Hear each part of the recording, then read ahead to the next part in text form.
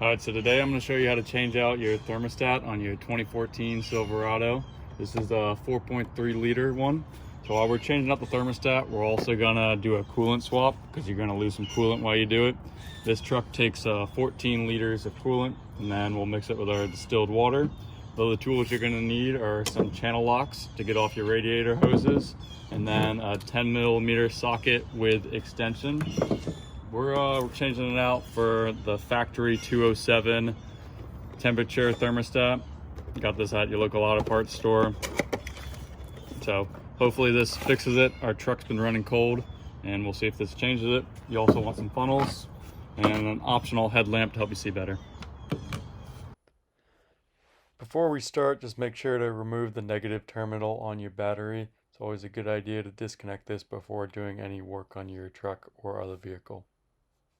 So, like I said, 2014 Silverado, it's been running a little cold lately. So our guess is that our thermostat, which you can see down here, is stuck in the open position, which will let all the coolant go into the engine.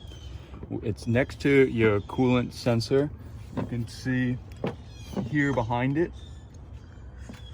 If your thermostat's not reading at all and you're not getting a gauge reading, that could also be your issue. Replaced that last week on this one, so we're hoping the thermostat fixes it. Not too hard to get to, but first we need to remove this, which is held in with 2 clamps. First one's here. Just unscrew this.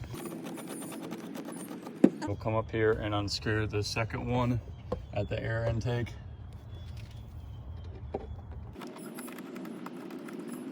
Clip this here, and it's kind of push up on the bottom, and then you pull it out.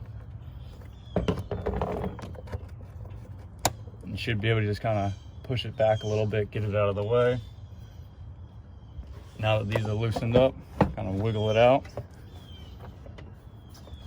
And then this one usually gives me some trouble here, but you should be able to just push it off. Now you can set this out of the way. We got a better angle at your thermostat here on the right and your coolant temperature sensor. Again, like I said, if your truck is showing no temperature on the dash, it could be your coolant sensor to swap out. But in our case, it's running cold here, so we're gonna replace the thermostat and also do a coolant flush. So we removed our intake. Now we're gonna try to access our radiator hose, which, if you can see here, is down at the bottom right of our radiator. There's a hose clamp on it that we need to get access to. To remove that, we're going to take out our air intake here and take out this screw, these 4 screws on the corner, and also take off this sensor first. This sensor, you pull your red tab up, and then there's a button you push inside there to pull it out and set that aside.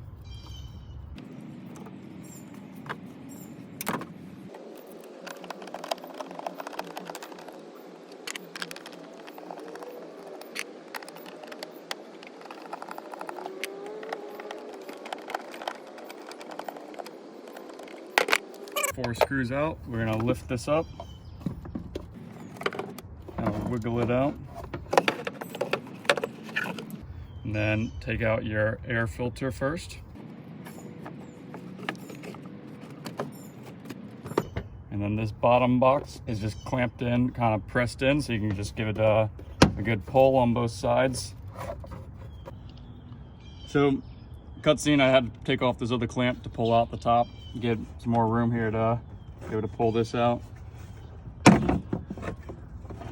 Now that that's unclipped, the whole box comes out here.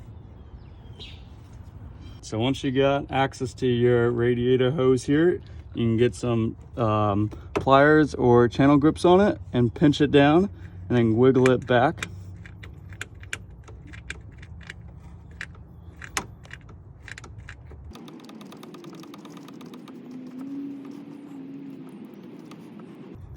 Now you can see I got it shimmied back.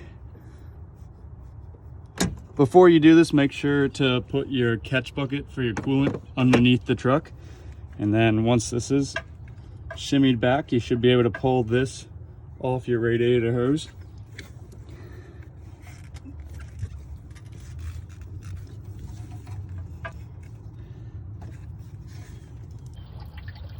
All right. All right, so off camera, struggling with this. I just recommend not giving up on it.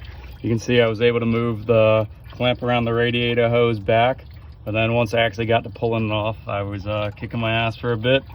I was able to kind of run my finger around the outside, loosen it up, and then once I got all the way around the outside of the hose, I was able to pull it off easier. But I'd just say, if it seems tough, it's probably tough because it is tough. So we've done our bottom radiator hose and it's still finishing to drain out under our bucket down there. We're now gonna do our hoses to our thermostat. And let me make sure I put a second bucket underneath the truck. So we got a second catch bucket, hopefully with doing the bottom radiator hose. This one is pretty much done. What I probably should have mentioned earlier is we should take off our radiator cap to help the system drain a little quicker, get some airflow going. So hopefully all the radiator fluid's out of the lines here, but we got a catch bucket there just in case.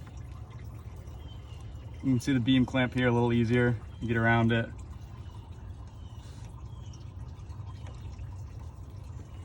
Pull it back.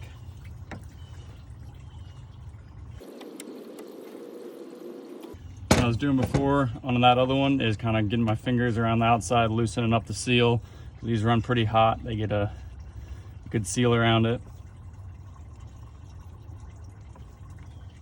This one's probably gonna struggle for a bit. No, looks like I got that one looser quick. So just in case there's any coolant in it,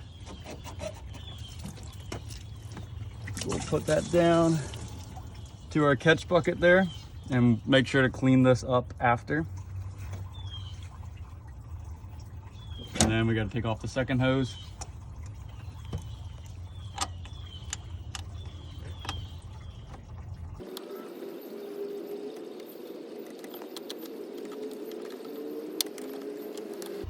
If anyone knows some easier ways to get these clamps off, definitely drop that down in the comments. I'm sure myself and everyone else would appreciate the comments.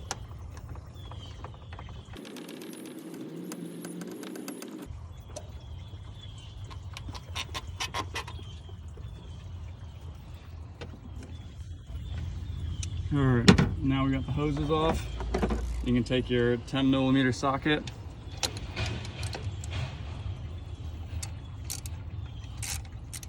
These screws are not on there very tight, so remember that when you put it back on, you don't need a lot of torque behind it.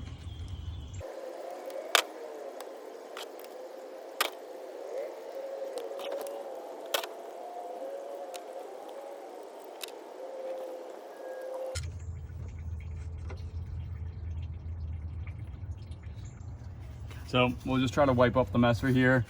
Created from pulling off that hose. Make sure you get all the coolant fluid off everything you can. Okay. Here on the left's our new thermostat. Here's the old thermostat. You can see the O-ring from the old one still stuck on there. The new one, it's got a new O-ring, so we'll go ahead and pull this one off.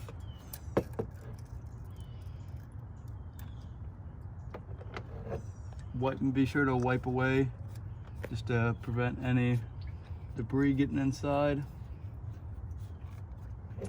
Now we'll just put our new one in.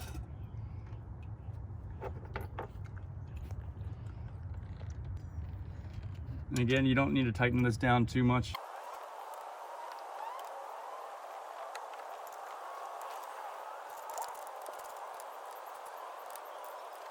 So now we got this tightened down, we'll reconnect our hoses.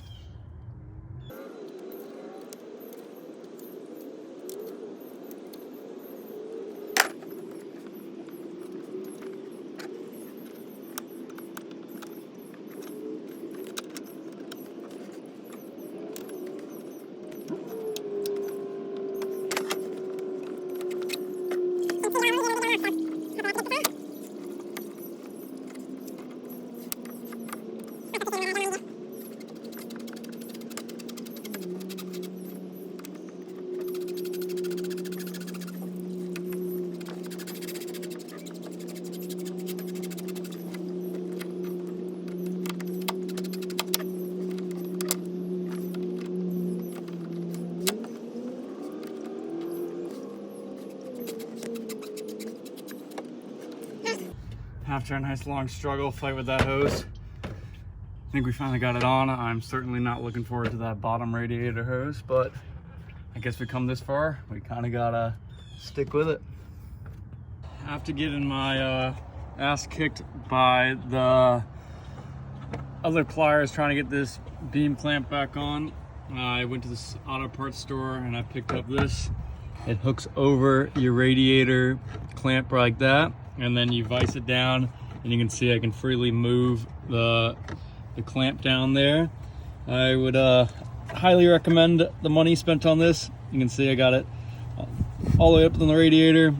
I can adjust the clamp to where I need it, and then I can let up on the grip. So now we'll release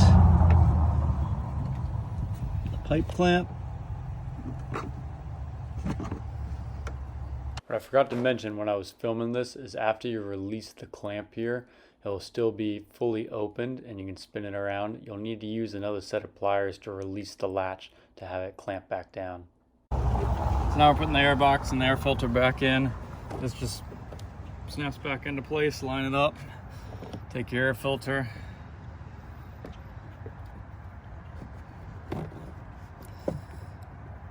pop that in.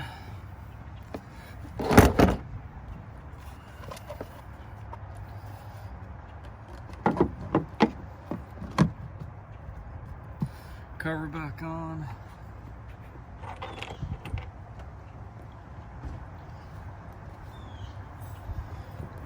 Snap your sensor back in there. Push down the red tab.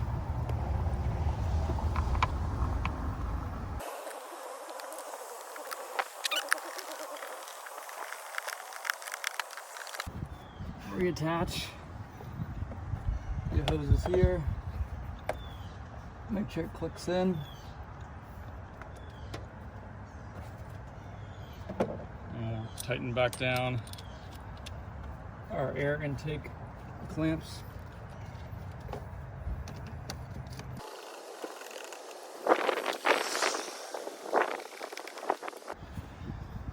Now we just need to top off our coolant, refill our coolant, and then hopefully our thermostat is working again.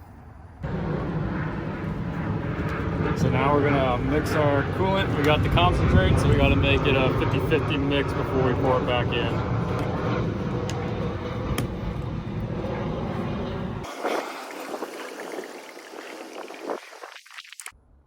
Now you'll refill the radiator reservoir with your 50-50 mix. It'll take a couple gallons to get up to the fill line while you let the air bubbles work itself through the system. Once you're to the fill line, you'll want to drive your truck around the block for 15 minutes. And while you're doing this, keep the heat set at high. Afterwards, let the truck fully cool off and then top the radiator fluid back off. In the coming days, there might be some more air bubbles work itself through the system, so be sure to monitor the level and top back off to that fill line as necessary. So it's been about a week since we switched out the thermostat, and you can see now that it's holding at 210. So it looks like that thermostat fixed our problem before. No matter how long we were running the truck, it would stay around 185 and never really get past that second tick on the gauge. So if this video helped you, feel free to leave a like and comment, and thanks so much.